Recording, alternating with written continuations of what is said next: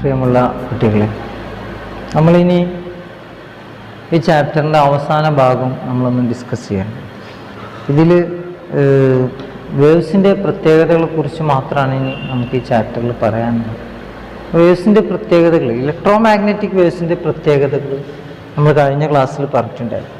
അപ്പോൾ ഇതിനെ നമ്മൾ അറേഞ്ച് ചെയ്ത് എഴുതുന്നതിന് സ്പെക്ട്രം എന്നാണ് പറയുന്നത്.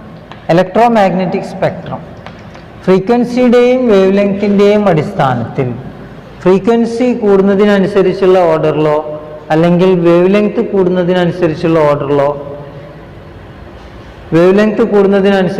ഓർഡറിലോ നമ്മൾ എന്ത് ചെയ്യുന്നു? നമ്മൾ ഇതിനെ അറേഞ്ച് ചെയ്ത് എഴുതുന്നതിന്, ഈ വേവ്സിനെ അറേഞ്ച് ചെയ്ത് എഴുതുന്നതിന് നമ്മൾ എന്ത് പറയുന്നു? സ്പെക്ട്രം എന്ന് പറയുന്നു. ഓക്കെ, അപ്പോൾ ഈ സ്പെക്ട്രത്തിൽ ഈ 7 വേവ്സാണ് ഉണ്ടായിരിക്കുക. ഗാമ, അതുപോലെ തന്നെ x-ray, ultraviolet, visible light, infrared, microwave, പിന്നെ റേഡിയോ വേവ്. അല്ലെ, ഇത്രയും ഈ 7 വേവ്സാണ് ഉണ്ടായിരിക്കുക. അപ്പോൾ ഇതിൽ ഓരോന്നിൻ്റെയും പ്രത്യേകതകൾ നോക്കാം. ഇതിനെ അസെൻഡിങ് ഓർഡർ എന്നും ഡിസെൻഡിങ് ഓർഡർ എന്നും പറയും. അസെൻഡിങ് ഓർഡർ ഓഫ് ഫ്രീക്വൻസി എന്ന് പറഞ്ഞാൽ ഫ്രീക്വൻസി കൂടി വരുന്ന ക്രമമാണ്. ഫ്രീക്വൻസി എന്ത് ചെയ്യാം? കൂടി വരും. അപ്പോൾ അസെൻഡിങ് ഓർഡർ ഓഫ് ഫ്രീക്വൻസിയാണ് നമ്മളിപ്പോൾ ഇവിടെ എഴുതാൻ പോകുന്നത്.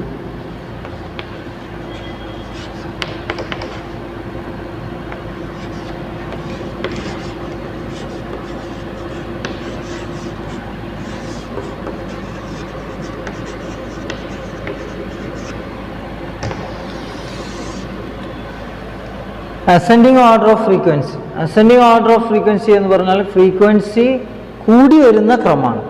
അപ്പോൾ കൂടി വരിക പറഞ്ഞാൽ നമ്മൾ ആദ്യം എഴുതേണ്ടത് എന്താണ്? ഫ്രീക്വൻസി ഏറ്റവും കുറഞ്ഞ വേവ് ഏതാണെന്നുള്ളതാണ് നമ്മൾ ആദ്യം എഴുതേണ്ടത്. ഫ്രീക്വൻസി ഏറ്റവും കുറഞ്ഞ വേവ് ഏതാണ്?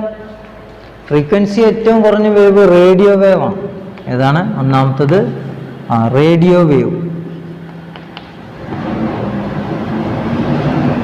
ഈ റേഡിയോ വേവ് നമ്മൾ ഉപയോഗിക്കുന്നത് എന്തിനെന്നാണ്?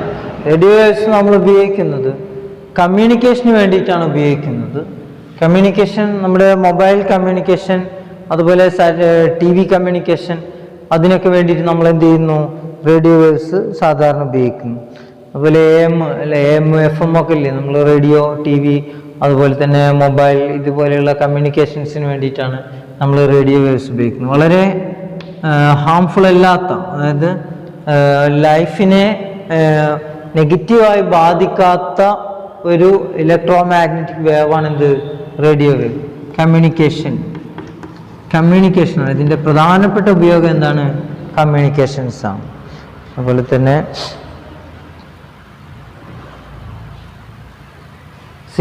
ഇനി അടുത്ത വേവ് നോക്കാം. അടുത്ത വേവ് മൈക്രോവേവ് ആണ്. മൈക്രോവേവ് അല്ലേ? മൈക്രോവേവ് എന്താണ്? അതായത് ലൈഫിന് വളരെ ഹാംഫുൾ അല്ലാത്ത, ലൈഫിന് ബുദ്ധിമുട്ട് സൃഷ്ടിക്കാത്ത തരത്തിലുള്ള വേവ്സ് ആണ് എന്ത്? മൈക്രോവേവ്സ്. മൈക്രോവേവും ഇതുപോലെ തന്നെ എന്താണ്? റേഡിയോ വേവിനേക്കാൾ ഫ്രീക്വൻസി കൂടുതലാണ് മൈക്രോവേവ്. റേഡിയോ വേവ് എന്ത് ചെയ്യുന്നില്ല? അതിൻ്റെ ഫ്രീക്വൻസിയേക്കാൾ കൂടുതൽ എന്തിനുണ്ട്? മൈക്രോവേവിനുണ്ട്. അപ്പോൾ മൈക്രോവേവ് റേഡിയോ വേവിനേക്കാൾ ഒരല്പം ഹാംഫുൾ ആണ്. പക്ഷെ അത് നമുക്ക് പോസിറ്റീവായ കാര്യങ്ങൾക്ക് വേണ്ടിയിട്ട് എന്ത് ചെയ്യാൻ പറ്റും? ഉപയോഗിക്കാൻ സാധിക്കും. ഇപ്പോൾ ഫുഡ് പ്രിപ്പയർ ചെയ്യാൻ മൈക്രോവേവ് ഓവനൊക്കെ നിങ്ങൾ കേട്ടിട്ടില്ലേ? മൈക്രോവേവ് ഓവൻ അല്ലേ? അപ്പോൾ ഈ ഓവനിലൊക്കെ മൈക്രോവേവ്സ് പ്രൊഡ്യൂസ് ചെയ്തിട്ട് ആ ഫുഡ് പാർട്ടിക്കിൾസിലേക്ക് ഇഞ്ചെക്ട് ചെയ്യാനല്ലോ ചെയ്യുന്നത്. അങ്ങനെ എന്ത് ചെയ്യുന്നു? ആ ഹീറ്റ് കൊണ്ട്, ആ ഹീറ്റ് എനർജി കൊണ്ട് എന്ത് ചെയ്യുന്നു? ആ വസ്തു, ആ ഭക്ഷണ സാധനം ചൂടാക്കുന്നു, പിന്നെ നമ്മളെടുത്ത് കഴിക്കുന്നു. ഇത്രയേ ഉള്ളൂ. അപ്പോൾ ഈ മൈക്രോവേവ്സ് ഉപയോഗിക്കുന്ന ഇതേപോലെ കമ്മ്യൂണിക്കേഷൻ, റഡാർ സിസ്റ്റത്തിലൊക്കെ, റഡാറുകളിലൊക്കെ ഉപയോഗിക്കുന്നത് എന്താണ്? ആ മൈക്രോവേവും അതുപോലെ തന്നെ ഇൻഫ്രാറെഡൊക്കെ എന്ത് ചെയ്യും? റഡാറുകളിലൊക്കെ ഉപയോഗിക്കാറുണ്ട്. അപ്പോൾ ഇവിടെ നമുക്ക് ഒരു കാര്യം എഴുതാം അല്ലേ?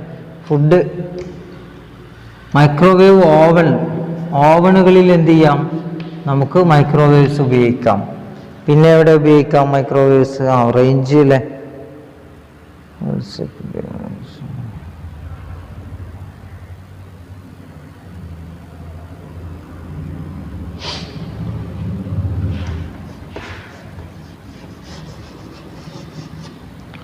റഡാർ സിസ്റ്റം റഡാറുകൾ കേട്ടില്ല നിങ്ങൾ? എയർപോർട്ടുകളിലും അതുപോലെ സൈനിക താവളങ്ങളിലൊക്കെ, രാജ്യങ്ങളുടെയൊക്കെ സൈനിക ക്യാമ്പുകളിലൊക്കെ ഉണ്ടാകുന്ന റഡാറുകൾ മറ്റുള്ള രാജ്യങ്ങളുടെ അല്ലെങ്കിൽ ശത്രുക്കളുടെ വാഹനങ്ങളോ അല്ലെങ്കിൽ വിമാനങ്ങളോ മിസൈലുകളോ റോക്കറ്റുകളൊക്കെ വന്നു വരുന്നുണ്ടോ എന്നറിയാൻ വേണ്ടിയിട്ട് ഉപയോഗിക്കുന്ന ഒരു സിസ്റ്റമാണ് ഈ റഡാറുകൾ. ഈ റഡാറുകളിൽ എന്ത് ചെയ്യുന്നുണ്ട്? റഡാറുകളിലും എന്ത് ചെയ്യുന്നുണ്ട്? മൈക്രോവേവ്സ് ഉപയോഗിക്കുന്നുണ്ട്. അപ്പോൾ മൈക്രോവേവ് റേഡിയോ വേവിനേക്കാൾ കൂടുതൽ ഫ്രീക്വൻസി ഉള്ളതാണ്. മൂന്നാമത്തത് ഏതാണ്? ഇനി മൈക്രോവേവിനേക്കാൾ കൂടുതൽ ഫ്രീക്വൻസി ഉള്ളതാണ് ഇൻഫ്രാറെഡ്.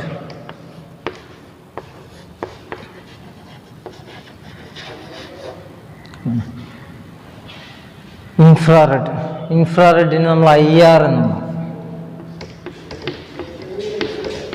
അപ്പോൾ ഇൻഫ്രാറെഡ് റേസ് നമ്മൾ സാധാരണ ഉപയോഗിക്കുന്നത് TV-യുടെ റിമോട്ടുകളിലാണ്.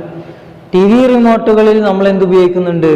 ഇൻഫ്രാറെഡ് റേസ് ആണ് എന്ത് ചെയ്യുന്നത്? ഉപയോഗിക്കുന്നത്. അപ്പോൾ നമുക്കറിയാം ഇൻഫ്രാറെഡ് റേസ് അതിൻ്റെ ഒരു റേഞ്ച് നമുക്കറിയാം അല്ലേ? അപ്പോൾ വേവ് ലെങ്ത് കുറച്ചുകൂടി കുറഞ്ഞു. മൊബൈൽ കമ്മ്യൂണിക്കേഷൻ പോലെയാണോ ഇൻഫ്രാറെഡ്? അല്ല.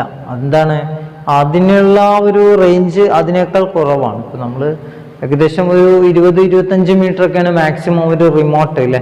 25, ഇനി കൂടുതൽ കപ്പാസിറ്റി ഉള്ളതെങ്കിൽ 100 മീറ്റർ, ഒരു 100 മീറ്റർ റേഞ്ച് വരെയൊക്കെയാണ് നമുക്ക് എന്ത് ചെയ്യുള്ളൂ? ഈ ഇൻഫ്രാറെഡ് ഉപയോഗിക്കാൻ സാധിക്കുള്ളൂ. അപ്പോൾ അത് ഷോർട്ട് വേവ് ലെങ്ത് ആണ്. പക്ഷേ വേവ് ലെങ്ത് എന്താണ്? വേവ് ലെങ്ത് ഇങ്ങനെ കുറഞ്ഞു വരികയാണ്. പക്ഷെ ഫ്രീക്വൻസി എന്തായിരിക്കും? കൂടുതലാണ്. അപ്പോൾ നമ്മളിത് സാധാരണ റിമോട്ട് കൺട്രോളുകളിൽ എന്ത് ചെയ്യുന്നുണ്ട്? ഇൻഫ്രാറെഡ് ഉപയോഗിക്കുന്നുണ്ട്. അതുപോലെ ഗ്രീൻ ഹൗസ് എഫക്റ്റ്, ഇത് മറ്റൊരു സംഗതിയാണ്. ഗ്രീൻ ഹൗസ് എഫക്റ്റ് വളരെ ഇമ്പോർട്ടൻ്റ് ആണ്. ഈ ഗ്രീൻ ഹൗസ് എഫക്റ്റ് എന്ന ഭാഗം നിങ്ങൾ സാധാരണ ചെടി വളർത്തുമ്പോൾ വലിച്ചു കെട്ടുന്ന വല പോലത്തെ സംഗതിയല്ല ഗ്രീൻ ഹൗസ് എഫക്റ്റ് എന്ന് പറയുമ്പോൾ, അതായത് പകല് സൂര്യൻ്റെ ചൂട് കാരണം ഭൂമിയിൽ എന്തുണ്ടായിരിക്കും? ഒരു നോർമൽ ചൂടുണ്ടായിരിക്കും. ഭൂമിയിൽ എപ്പോഴും എന്ത് സംഭവിക്കുന്നുണ്ട്? പകലുള്ള സമയം മുഴുവൻ ഭൂമിയിൽ എന്തുണ്ട്? ഒരു ചെറിയ ചൂടുണ്ട്. അത് സൂര്യനുള്ളത് കൊണ്ടാണല്ലോ ആ ചൂട്, വെയിലുള്ളത് കൊണ്ടാണ് ആ ചൂടുണ്ടാകുന്നത്. പക്ഷെ രാത്രിയോ അല്ലേ? രാത്രി അതായത് ഇപ്പൊ ഇവിടെ ഈ എർത്തിന്റെ സർഫസ് ചൂടായിട്ട് എന്ത് ചെയ്യും? ഇവിടുന്ന് ഇൻഫ്രാറെഡ് റേസ് പുറത്തു വരും. എർത്തിന്റെ സർഫസ് ചൂടായിട്ട് എന്ത് ചെയ്യുന്നു? ഇവിടുന്ന് ഇൻഫ്രാറെഡ് റേസ് എന്ത് ചെയ്യുന്നു? പുറത്തു വരുന്നു. അപ്പോൾ ഈ ഇൻഫ്രാറെഡ് റേസ് പുറത്തു വന്നു കഴിഞ്ഞാൽ ഇൻഫ്രാറെഡ് റേസ് എന്ത് ചെയ്യും? രാത്രി സമയങ്ങളിൽ എന്ത് ചെയ്യുന്നു? അത് ഈ എർത്തിന്റെ സർഫസിനെ ചൂടാക്കിയിട്ട് നിലനിർത്തും. അപ്പോൾ എപ്പോഴും ഭൂമിയിൽ ഒരു മിനിമം ചൂടുണ്ടാവും. എത്ര തണുത്ത സാഹചര്യമാണെങ്കിലും ഭൂമിയിൽ എപ്പോഴും എന്തുണ്ടാവും? ഒരു അല്പം ചൂടുണ്ടായിരിക്കും. അതിൻ്റെ പ്രത്യേകത അതെങ്ങനെ ഉണ്ടാകും എന്ന് വെച്ചാൽ ഈ ഇൻഫ്രാറെഡ് റേസ് ആണ്. ഇവിടുന്ന് എമിറ്റ് ചെയ്യുന്ന അല്ലെങ്കിൽ ഇവിടുന്ന് റിഫ്ലക്റ്റ് ചെയ്ത് പോകുന്ന ഇൻഫ്രാറെഡ് റേസ് ഈ അന്തരീക്ഷത്തിൽ തങ്ങി നിന്നുകൊണ്ട് അന്തരീക്ഷത്തിന് എന്ത് ചെയ്യുന്നു? ഒരു ചൂട് എപ്പോഴും പ്രദാനം ചെയ്യുന്നു. അപ്പോൾ അതാണ് ഇൻഫ്രാറെഡ് റേസിൻ്റെ രണ്ട് പ്രത്യേകതകൾ. ഒന്ന് റിമോട്ട് കൺട്രോൾ ഉപയോഗിക്കുന്നു, രണ്ടാമത്തത് ഗ്രീൻ ഹൗസ് എഫക്റ്റ് ഉണ്ടാക്കുന്നത് ഈ ഇൻഫ്രാറെഡ് റേസ് ആണ്. ഇൻഫ്രാറെഡ് റേസ് വഴിയാണ് ഗ്രീൻ ഹൗസ് എഫക്റ്റ് ഉണ്ടാകുന്നത്. ഇനി നാലാമത്തത് നോക്കാം. നാലാമത്തത് വിസിബിൾ ലൈറ്റാണ്.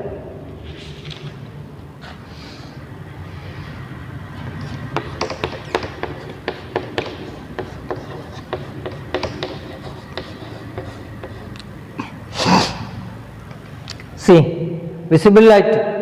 അപ്പോൾ വിസിബിൾ ലൈറ്റ് സാധാരണ നമ്മൾ കാണുന്ന ലൈറ്റ് തന്നെയാണ്. നമ്മൾ സാധാരണ സൺലൈറ്റ് ഉപയോഗിക്കുന്നു, അതേപോലെ ലൈറ്റുകളിൽ നിന്നുള്ള ലൈറ്റുകളൊക്കെ നമ്മൾ സാധാരണ ഉപയോഗിക്കുന്നുണ്ട്.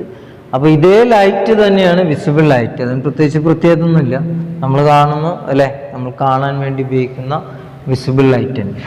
അതിനെന്തെല്ലാം പ്രത്യേകതകളുണ്ട് എന്ന് പ്രത്യേകിച്ച് പറയേണ്ട ആവശ്യമില്ലല്ലോ, കാരണം നമുക്ക് അത്രമേൽ പരിചിതമായ സംഗതിയാണ്. ഇതിൻ്റെ വെലോസിറ്റി എന്തായിരിക്കും? സാധാരണ എല്ലാ ഇലക്ട്രോ മാഗ്നറ്റിക് വേവ്സിൻ്റെയും വെലോസിറ്റി പോലെ തന്നെ ആയിരിക്കും ഇതിൻ്റെ വെലോസിറ്റി എന്ന് ഉണ്ടായിരിക്കുക. അതാണ് visible light. Fifth one x-ray.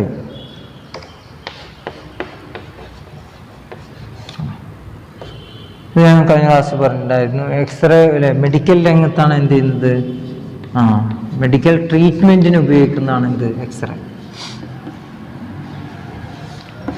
അതുപോലെ നിങ്ങൾ കേട്ടിട്ടുണ്ടാവും അല്ലെ, ക്യാൻസറിന്റെ ചികിത്സയ്ക്ക് ടു ട്രീറ്റ് ക്യാൻസർ സെൽസിനെ, ശരീരത്തിൽ വളരുന്ന ക്യാൻസർ സെൽസിനെ കരിച്ചു കളയാൻ വേണ്ടിയിട്ട് ഉപയോഗിക്കുന്നത് എക്സ്റേസ് ആണ്. അപ്പോൾ എക്സ്റേസ് ഉപയോഗിച്ചുകൊണ്ടാണ് മെഡിക്കൽ ട്രീറ്റ്മെന്റ്സ് നടത്തുന്നത്. നമ്മൾ സാധാരണ ഇപ്പോൾ ഒരു ലൈറ്റ് ഒരു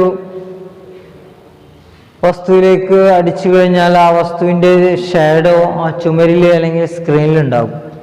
ഇതേപോലെ തന്നെ എക്സ്റേ അടിച്ചു കഴിഞ്ഞാലും ആ നിഴലുണ്ടാവും. പക്ഷെ എക്സ്റേ എന്ത് ചെയ്യും, എക്സ്റേക്ക് പെനിട്രേറ്റിംഗ് പവർ കൂടുതലാണ്, തുളച്ചു കയറാനുള്ള ശേഷി എക്സ്റേസിന് കൂടുതലാണ്.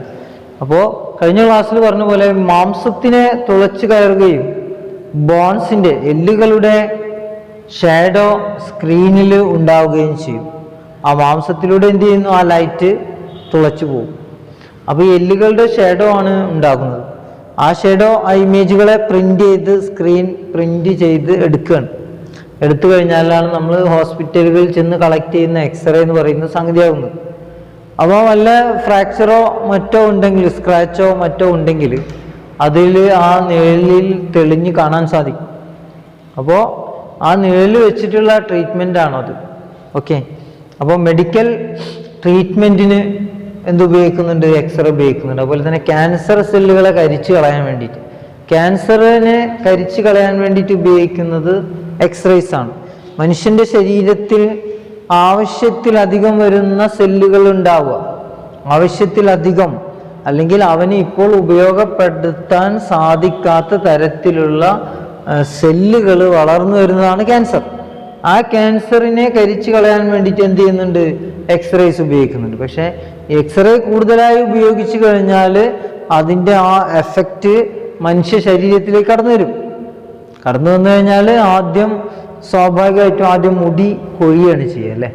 തലയിലെ മുടി, ശരീരത്തിലെ രോമങ്ങളൊക്കെ എന്ത് ചെയ്യും, ഇതിൻ്റെ ആ ഹീറ്റിനാൽ എന്ത് ചെയ്യും, കരിഞ്ഞു പോകും. അത് നമ്മളിപ്പോൾ കൈൻ്റെ കാലിൻ്റെ എല്ല് പൊട്ടിയിട്ട് ഒരു തവണ എക്സ്റേ എടുത്താൽ മുടിയൊക്കെ ഒഴിഞ്ഞു പോകുന്നല്ല പറഞ്ഞത്. നിരന്തരമായി എക്സ്റേ ട്രീറ്റ്മെൻറ്റ് ചെയ്തു കഴിഞ്ഞാൽ എന്ത് ചെയ്യും, സെല്ലുകളൊക്കെ ഇതായി പോകും, കരിഞ്ഞു പോകും. അപ്പോൾ ആ ലൈറ്റിൻ്റെ ഒരു പ്രത്യേകതയാണ്. ഇപ്പം നിങ്ങൾ ഈ അരിമ്പാറ പാലുണ്ണി എന്നൊക്കെ പറഞ്ഞിട്ടുള്ള ഒരു സംഗതി കുട്ടികൾക്കൊക്കെ ഉണ്ടാകുന്നതാണ്, വലിയ ആളുകൾക്കുണ്ടാവും. ഇങ്ങനെ അരിമ്പാറ എന്നാണ് നമ്മുടെ നാട്ടിലൊക്കെ പറയുക, നിങ്ങൾ കേട്ടിട്ടുണ്ടാവും. അപ്പോൾ ഇതേപോലെയുള്ള ഒരു ഫംഗസ്, ബാക്ടീരിയ, അങ്ങനത്തെ ഒരു കൾട്ടാണ്, ഒരു കളക്ഷനാണത്. അപ്പോൾ അത് ഒഴിവാക്കാൻ വേണ്ടി നമ്മൾ ഈ ഫാൻസി ഷോപ്പുകളിലൊക്കെ കിട്ടുന്ന 20 രൂപയുടെ ലേസർ കിട്ടും. ലേസർ കണ്ടില്ലേ നിങ്ങൾ? ലേസർ ലൈറ്റാണ് അല്ലേ, ലൈറ്റ് ആംപ്ലിഫൈ ചെയ്തിട്ട് ലൈറ്റിൻ്റെ ശക്തി കൂട്ടിയിട്ട് ഒരുപാട് ലൈറ്റുകളെ ഒരു സ്ഥലത്ത് നിന്ന് ഒരു ഇതിലേക്ക് ഫോക്കസ് ചെയ്തിട്ട് ചെയ്യുന്നതാണ് ഈ ലേസർ. ഇപ്പോൾ അരിമ്പാറ ഉള്ള സ്ഥലത്ത് ലേസർ കുറച്ച് നേരം അടിച്ചു കഴിഞ്ഞാൽ ഒരു 5 മിനിറ്റ് 20 രൂപയുടെയൊക്കെ ലേസർ പറഞ്ഞാൽ അത് കണ്ണിലേക്ക് അടിച്ചാൽ കണ്ണിന് കേട് തന്നെയാണ്. പക്ഷെ നമ്മൾ കയ്യിലേക്കൊക്കെ അടിച്ചു കഴിഞ്ഞാൽ കുറേ നേരം അടിച്ചു കഴിഞ്ഞാൽ നമുക്കൊരു ചൊറിച്ചിൽ മാത്രമേ ഉണ്ടാവൂ, അല്ലാതെ എന്ത് ചെയ്യുന്നില്ല, അത് മറ്റൊരു തരത്തിലുള്ള ഹാംനെസ്സും അത് ഉണ്ടാക്കുന്നില്ല. അപ്പോൾ ഒരു ലേസർ മേടിച്ചിട്ട് അത് അടിച്ചു കഴിഞ്ഞാൽ ആ അരിമ്പാറ അല്ലെങ്കിൽ പാലുണ്ണി പോലെയുള്ള ഫംഗൽ ആയിട്ടുള്ള സംഗതികളെ ഇതിനെന്ത് ചെയ്യാൻ പറ്റും, ട്രീറ്റ് ചെയ്യാൻ സാധിക്കും.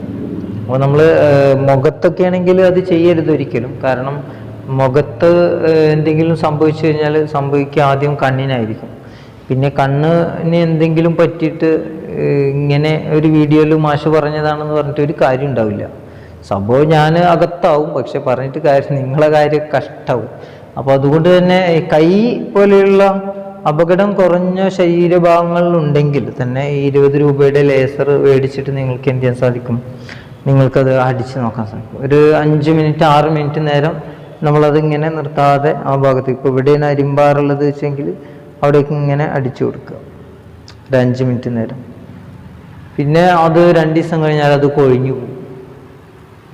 ഒറ്റ തവണ ചെയ്താൽ മതി.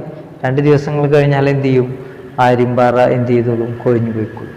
അപ്പോൾ അത് എന്താണ് ലൈറ്റിൻ്റെ പ്രത്യേകത, ലൈറ്റ് ആംപ്ലിഫൈ ചെയ്ത് വരുന്നതിന് അത്ര പ്രത്യേകത ഉണ്ട്. അപ്പോൾ എക്സ്റേ പോലെ ഹൈ ഫ്രീക്വൻസി ഉള്ള ഒരു എക്സ്റേ പോലെ ഹൈ ഫ്രീക്വൻസി ഉള്ള 1 2 3 4 5 എക്സ്റേ പോലെ ഹൈ ഫ്രീക്വൻസി ഉള്ള ഒരു വേവ് നമ്മൾ ഉപയോഗിക്കുകയാണെങ്കിൽ അതെന്തായിരിക്കും, ഇതേപോലെ ട്രീറ്റ്മെൻറ്റ്സുകൾക്ക് ഉപയോഗിക്കാൻ സാധിക്കും. എനിക്കൊരു ചെറിയൊരു മിസ്റ്റേക്ക് സംഭവിച്ചിട്ടുണ്ട്, ഐ എം സോറി. ഇത് ഈ 5th വൺ എക്സ്റേ അല്ല, അൾട്രാവയലറ്റ് ആണ് 5th വൺ കേട്ടോ. 6th ആണ് എക്സ്റേ, 6 ആണ്. 5ാമത്തത് അൾട്രാവയലറ്റ് ആണ്.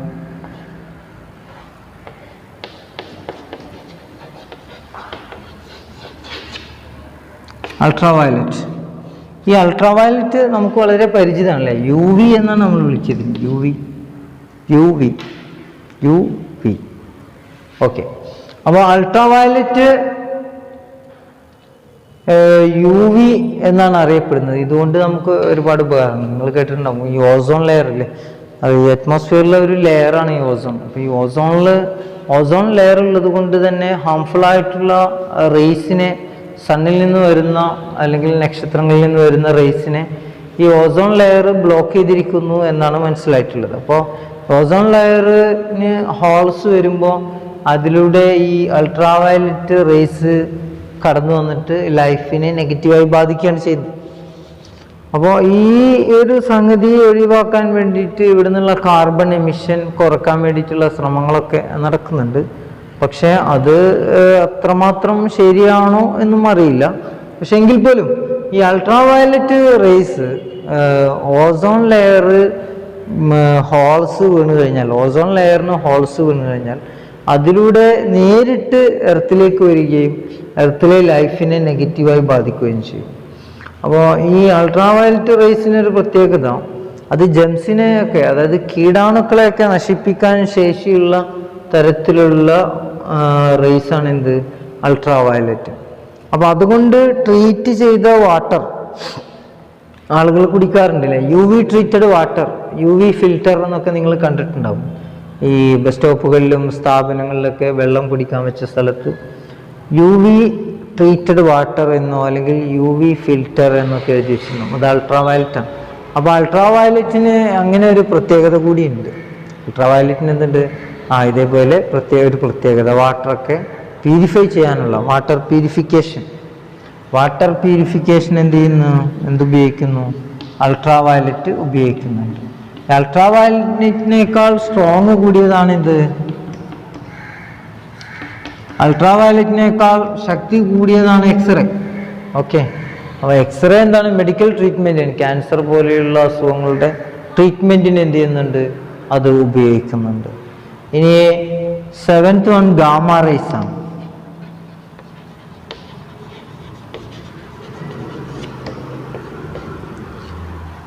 ഗാമ റേസ് സാധാരണ ന്യൂക്ലിയർ എക്സ്പ്ലോഷനുകളിലാണ് എന്ത് ചെയ്യുന്നത്, സംഭവിക്കുന്നത്. അപ്പോൾ ഗാമ റേസ് മനുഷ്യനെ അംഗവൈകല്യം സംഭവിപ്പിക്കുന്ന, അല്ലെങ്കിൽ മനുഷ്യനെ അല്ലെങ്കിൽ ലൈഫിനെ കൊല്ലാൻ, ലൈഫിനെ ഇല്ലാണ്ടാക്കാൻ ശേഷിയുള്ള തരത്തിൽ ശക്തിയുള്ള റേസാണ് എന്ത്, ഗാമ റേസ്. ഇത് സാധാരണ പ്ലൂട്ടോണിയം, യുറേനിയം പോലെയുള്ള എലമെന്റുകളിൽ നിന്നാണ് എന്ത് ചെയ്യാറുള്ളത്, ഗാമ റേസ് പുറത്തു വരാറുള്ളത്. അപ്പം അത് മനുഷ്യനും മാത്രമല്ല എല്ലാ ജീവജാലങ്ങൾക്കും എന്താണ്, അത് വലിയ തോതിൽ എന്ത് ചെയ്യും, വലിയ തോതിൽ അത് അപകടം ചെയ്യും. ഓക്കെ. അപ്പോൾ ഗാമ റേസ് ഇങ്ങനെയാണ് ഈ 7 വേവ്സ് ഉള്ളത്. ഇത് അസെൻഡിങ് ഓർഡർ ഓഫ് ഫ്രീക്വൻസി ആണ്. ഇനി descending order of wave length, ഇത് അസെൻഡിങ് ഓർഡർ ഓഫ് ഫ്രീക്വൻസി എന്ന് പറഞ്ഞാൽ ഫ്രീക്വൻസി കൂടി വരുന്ന ക്രമമാണ്. ഇനി ascending order of wave length, ഇതിന് വേണമെങ്കിൽ ascending order of wave length ആക്കി മാറ്റാം. Ascending order of wave length ആകുമ്പോൾ താഴേന്ന് മുകളിലേക്ക് വായിക്കണം. Descending order of wave length ഇത് തന്നെയാണ്. Descending order of wave length ഇങ്ങനെ താഴേക്ക് വെച്ചാൽ മതി. ഈ ഡിസെൻഡിങ് ഓർഡർ ഓഫ് ഫ്രീക്വൻസി ആണെങ്കിൽ ഇവിടുന്ന് എന്ത് ചെയ്യുക, മുകളിലേക്ക് വായിക്കും. അപ്പോൾ ആ ഒരൊറ്റ ഫോർമാറ്റിൽ തന്നെ ആ 4 കാര്യങ്ങൾ കൂടി നിങ്ങൾ എന്ത് ചെയ്യുക, മനസ്സിലാക്കി വെക്കുക എന്നതാണ്. ഓക്കെ. അപ്പോൾ ഇലക്ട്രോ മാഗ്നറ്റിക് സ്പെക്ട്രം എന്ന് പറയുന്നത് ഈ 7 വേവ്സിൻ്റെയും ആ ഒരു പട്ടിക, ആ ഒരു ചാർട്ടിനാണ് ക്രമപ്രകാരം ഒന്നുകിൽ വേവ് ലെങ്ത്തിനനുസരിച്ച് അല്ലെങ്കിൽ അതിൻ്റെ ഫ്രീക്വൻസിക്ക് അനുസരിച്ച് അതിനെ അറേഞ്ച് ചെയ്ത് ചാർട്ട് ചെയ്യുന്നതിനാണ് നമ്മൾ എന്ത് പറയുന്നത്, ഇലക്ട്രോ മാഗ്നറ്റിക് സ്പെക്ട്രം എന്ന് പറയുന്നത്. ഓക്കെ, അപ്പോൾ റേഡിയോ വേവ്സ് അയണോസ്ഫിയറിൽ തട്ടിയിട്ടാണ് എന്ത് ചെയ്യുക, റിഫ്ലക്റ്റ് ചെയ്യുക. നമ്മൾ ആൻറ്റിന കൊടുത്തിട്ടുണ്ടാവും. ഇത് എർത്താണെങ്കിൽ, ഇപ്പോൾ എർത്താണെന്ന് വിചാരിക്കാം. എർത്ത് എന്താണ്, എർത്തിൻ്റെ ഷേപ്പ് എന്നതിനെ കുറിച്ച് നിങ്ങൾ മനസ്സിലാക്കിയിട്ടുണ്ട്. എർത്തിൻ്റെ ഷേപ്പ് പഴയ കാലത്തൊക്കെ എർത്ത് പരന്നിട്ടാണെന്നല്ല പറഞ്ഞത്. പിന്നെ കുറേ കാലത്തിന് ശേഷം അത് എർത്ത് ഇങ്ങനെ ഗോളാകൃതിയാണ്, ഒരു സ്ഫിയർ പോലെ. പല തിയറീസും ഉണ്ട്. ഫ്ലാറ്റ് എർത്ത് തിയറി എന്ന് പറഞ്ഞിട്ട് തിയറി ഉണ്ട്. കൂടുതൽ വിശദീകരിക്കുന്നില്ല. ആവശ്യമുള്ളവർക്ക് ആ ഭാഗത്തൊക്കെ നെറ്റിലൊക്കെ വിവരങ്ങൾ ലഭ്യമാണ്. അതായത് എർത്തിനൊരു ഡിസ്ക് ഷേപ്പാന്നുള്ള ഒരു സംഭവം, അതാണ് ഫ്ലാറ്റ് എർത്ത് തിയറി. എർത്ത് എന്താണ്, ആ ഒരു ഡിസ്ക് ഷേപ്പ്ഡ് ആണ് എന്ന ഒരു സംഗതി കൂടിയിട്ട്. അതോടെ നിൽക്കട്ടെ. അപ്പോൾ നമ്മളിപ്പോൾ പറഞ്ഞു വന്നത്, ഇതിപ്പോൾ ഫോർ എക്സാമ്പിൾ ഇത് എർത്താണെങ്കിൽ ഇവിടെ റേഡിയോ വേവ്സിൻ്റെ പ്രോപ്പഗേഷൻ നടക്കുന്നത് അല്ലേ. ഇപ്പോൾ 2 ആൻറ്റിനകളാണ്. ഇവിടുന്ന് ആൻറ്റിനകളിൽ നിന്ന് എന്ത് ചെയ്യുന്നു, ആദ്യം എന്ത് ചെയ്യുന്നു, നമ്മളിവിടുന്ന് ഒരു വേവ് പുറത്തു വിടുന്നു, ഇങ്ങോട്ട് പോകുന്നു. പിന്നെ ഇത് ഇവിടെ ഉണ്ടായിരിക്കും അല്ലേ, എർത്തിൻ്റെ ആ ഒരു ഷേപ്പിനനുസരിച്ചിട്ട് അടുത്ത ആൻറ്റിന ഇവിടെ ഉണ്ടായിരിക്കും. അപ്പോൾ ഈ വേവ് ഇങ്ങോട്ടാണ് പോവുക. ആ വേവ് എന്ത് ചെയ്യുന്നു, സ്ട്രെയിറ്റ് ലൈനിലല്ലേ ഈ വേവ്സൊക്കെ എങ്ങനെ മൂവ് ചെയ്യുള്ളൂ, ലൈറ്റ് പോലെ തന്നെ സ്ട്രെയിറ്റ് ലൈനിലാണ് മൂവ് ചെയ്യുക. അപ്പോൾ സ്ട്രെയിറ്റ് ലൈനിൽ മൂവ് ചെയ്യുമ്പോൾ എർത്തിൻ്റെ ആ കർവിനെ എങ്ങനെ ഓവർകം ചെയ്യാൻ സാധിക്കും? സ്ട്രെയിറ്റ് ലൈനിൽ മൂവ് ചെയ്ത് കഴിഞ്ഞാൽ ഈ വേവ് നേരെ സ്പേസിലേക്കാണ് പോവുക. അപ്പോൾ ആ സ്പേസിലേക്ക് പോകുന്നതിനെ ഒഴിവാക്കാൻ വേണ്ടിയിട്ട് ഇത് ഇവിടുന്ന് ഇങ്ങോട്ട് ട്രാൻസ്മിറ്റ് ചെയ്യും. ഇപ്പോൾ ഇവിടെ അറ്റ്മോസ്ഫിയർ ഉണ്ടാവും, അറ്റ്മോസ്ഫിയറിൽ തട്ടിയിട്ട് അല്ലേ ഇവിടുന്ന് പോയിട്ട് ഇങ്ങോട്ട് വരും. അതായത് അയണോസ്ഫിയർ എന്ന് പറയുന്ന അറ്റ്മോസ്ഫിയറിൻ്റെ ഒരു ലെയറിൽ തട്ടിയിട്ട് എന്ത് ചെയ്യും, റേഡിയോസ് അവിടെ തട്ടിയിട്ട് താഴേക്ക് റിഫ്ലക്റ്റ് ചെയ്ത് വരും. ഇതാണ് ഇതിൻ്റെ ഒരു തിയറി ഉള്ളത്. ഓക്കെ, അപ്പോൾ ഇത്രയും കാര്യങ്ങളാണ് ഈ ചാപ്റ്ററിൽ നമുക്ക് മനസ്സിലാക്കി വെക്കാനുള്ളത്.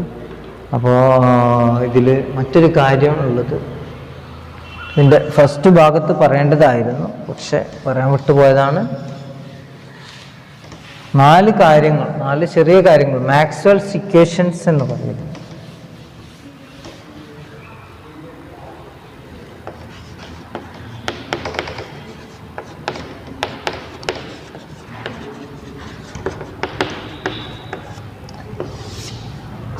മാക്സ്വെൽസ് ഇക്വേഷൻസിൽ പറയുന്നത് നമ്മൾ നേരത്തെ മുന്നിലുള്ള ക്ലാസ്സുകളിൽ പഠിച്ച 4 ഇക്വേഷനാണ് എന്ത്, മാക്സ്വെൽസ് ഇക്വേഷൻ. അതിൽ ഒന്നാമത്തെ ഇക്വേഷൻ ഗോസസ് ലോ ആണ്. Integral E dot D S equal to Q by epsilon 0. Integral E dot D S equal to Q by epsilon 0. രണ്ടാമത്തത് ഗോസസ് ലോ ഇൻ മാഗ്നറ്റിസം, നമ്മൾ 5ാമത്തെ ചാപ്റ്ററിൽ പഠിച്ചാണ്. Integral B dot D S equal to 0. മൂന്നാമത്തത് Faraday's law of electromagnetic induction, നമ്മൾ 6ാമത്തെ ചാപ്റ്ററിൽ പഠിച്ചാണ്. Integral E dot D L equal to അല്ലേ, integral E dot D L equal to D phi by D T, sorry minus D phi by D T ആണ്. D phi by D T, ഇത് ഈ five എന്നുള്ളത് electric ഫീൽഡാണ്, electric flux ആണ് കേട്ടോ, magnetic flux അല്ല, electric flux ആണ്. Integral magnetic flux ആണ് ഇവിടെയല്ലോ ഇ ഉള്ളത് അല്ലേ. അപ്പോൾ D phi by D T ആണ്. നാലാമത്തെ ഇക്വേഷൻ ആംബിയർ സർക്യൂട്ടല്ലോ ആണ്. ആംബിയർ സർക്യൂട്ടല്ലോ integral B dot D L equal to μ0 I എന്നുണ്ട്. ഈ 4 ഇക്വേഷനാണ് മാക്സ്വെൽസ് ഇക്വേഷൻ എന്ന് പറയും. പക്ഷേ വേറൊരു വിഷയമുണ്ട്, അത് മാക്സ്വെൽസ് ഇക്വേഷൻ 5 എണ്ണമാണ്. നേരത്തെ നമ്മൾ പഠിച്ചത് integral B dot D L Ampere സർക്യൂട്ടല്ലോ ഒരു കറക്ഷൻ ഉണ്ട് എന്നാണ്. ആംബിയർ സർക്യൂട്ടല്ലോ എന്തുണ്ട്, ഒരു കറക്ഷൻ ഉണ്ട്. ആംബിയർ സർക്യൂട്ടല്ലോ തെറ്റാണ് എന്നല്ല, പക്ഷെ ആംബിയർ സർക്യൂട്ടല്ലോ ജസ്റ്റ് കണ്ടക്ഷൻ കറണ്ടിനെ കുറിച്ച് മാത്രം പറയുന്നു. അവിടെ ഉണ്ടാകുന്ന പ്രൊഡ്യൂസ് ചെയ്യുന്ന ഡിസ്പ്ലേസ്മെന്റ് കറണ്ടിനെ കുറിച്ച് ഒന്നും തന്നെ പറയുന്നില്ല. അപ്പോൾ അതുകൂടി ആഡ് ചെയ്തിട്ടാണ് മാക്സ്വെൽസ് ഇക്വേഷൻ. അപ്പോൾ ഈ integral B dot D L equal to μ0 എന്ന ഈ ഇക്വേഷന് ഇതിനെ മറ്റൊരു തരത്തിൽ എന്ത് ചെയ്യും, മാറ്റി എഴുതും. അത് integral B dot D L equal to ഇതിനെ തന്നെയാണ് മാറ്റി എഴുതുന്നത്. ഇത് ആംപിയർ സർക്യൂട്ടൽ ലോ ആണ്. അതിനെ കറക്റ്റ് ചെയ്ത് എഴുതുന്നതാണ് എന്ത്, Maxwell equation. Integral B dot D L equal to μ0I, അതാണ് conduction current, plus μ0 into epsilon 0 d∅dt. μ0I divided by μ0I plus μ0 epsilon 0 d∅dt. ഇതാണ് മാക്സ്വെൽസ് ഇക്വേഷൻ. ഇത് വെരി ഇമ്പോർട്ടൻ്റ് ആണ്. എല്ലാ എക്സാമിനും ഈ മാക്സ്വെൽസ് ഇക്വേഷൻ ചോദിക്കാറുണ്ട്. ഓക്കെ, അപ്പോൾ ഇത്രയും കാര്യങ്ങൾ പ്രത്യേകിച്ച് മനസ്സിലാക്കി വെക്കാം. ഓക്കെ, ഇനി എല്ലാ കാര്യങ്ങളും നമുക്ക് നെക്സ്റ്റ് ക്ലാസ്സിൽ ഡിസ്കസ് ചെയ്യാം. Okay, thank you.